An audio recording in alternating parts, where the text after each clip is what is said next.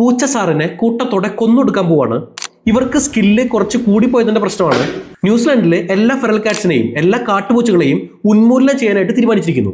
Yes, നമ്മൾ ഇത്രയും ഇഷ്ടപ്പെടുന്ന ലോകമെമ്പാടും ആരാധിക്കുന്ന പൂച്ചസാറ് ന്യൂസിലാൻഡുകാർക്ക് ഒരു ഭീഷണിയായിട്ട് മാറിയത് എങ്ങനെയാണ്?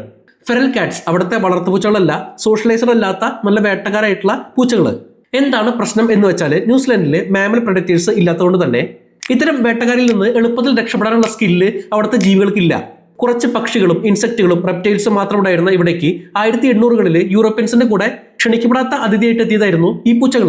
ആ പൂച്ചകൾ പിന്നീട് രക്ഷപ്പെട്ട് കാട്ടിൽ നിറഞ്ഞ് ശത്രു ഇല്ലാത്തതുകൊണ്ട് തന്നെ ഇത് പെറ്റുപെരുകി. ഇവയുടെ ശല്യം കൂടിയപ്പോൾ 1900 മുതലേ തന്നെ പല ദ്വീപുകളിലായിട്ട് കാറ്റ് ഹണ്ടിങ് കോമ്പറ്റീഷനുകൾ നടക്കുന്നുണ്ട്, ചില പക്ഷികളെയൊക്കെ രക്ഷിക്കാനായിട്ട്. ഇപ്പോഴത്തെ അവസ്ഥ ഐലൻഡുകളിലെ ഡോട്ടറൽ ബേർഡ്സ്, ഷോർട്ട് ടൈൽഡ് വവ്വാലുകൾ ഇവയെല്ലാം ഫെറൽ കാറ്റ്സ് പിടിച്ച് കൊന്നുകളയാണ്. വംശനാശത്തിലേക്ക് എത്തിച്ചിരിക്കുകയാണ് ഇവറ്റകളെയൊക്കെ ഈ പൂച്ചകൾ. മൊത്തം ദ്വീപുകളിലായിട്ട് 25 ലക്ഷത്തോളം പൂച്ചകൾ ഇവിടെ വിഹരിക്കുന്നുണ്ട്. മാത്രമല്ല പൂച്ചകളിൽ അധികം കാണപ്പെടുന്ന ടോക്സോപ്ലാസ്മോസിസ് എന്ന പാരസൈറ്റ് ഇത് സ്പ്രെഡ് ആവാനും അങ്ങനെ ഇത് മനുഷ്യർക്ക് ഹെൽത്ത് ഇഷ്യൂസ് ഉണ്ടാക്കുന്നുണ്ട്. ഇവയുടെ ഈ പെറ്റുപെരുകൽ കാരണം ഇപ്പോൾ പൂച്ചകൾക്ക് പണി കിട്ടിയത് എന്തെന്ന് വെച്ചാൽ ന്യൂസിലാൻഡിന്റെ പ്രെഡക്ടർ ഫ്രീ 2050 ടാർഗറ്റ് സ്പീഷീസ് ലിസ്റ്റ് ഉണ്ട്. 2016 തുടങ്ങിയ ഈ മിഷന്റെ ഉദ്ദേശം എന്ന് വെച്ചാൽ ഇങ്ങനെ പുറത്തുനിന്ന് വന്ന വേട്ടക്കാരായിട്ടുള്ള മൃഗങ്ങൾ, ന്യൂസിലാൻഡിന് ഭീഷണിയായിട്ടുള്ള ഇത്തരം മൃഗങ്ങളെ 2050 മുഴുവനായിട്ടും നശിപ്പിച്ചു കളയുക എന്നതാണ്.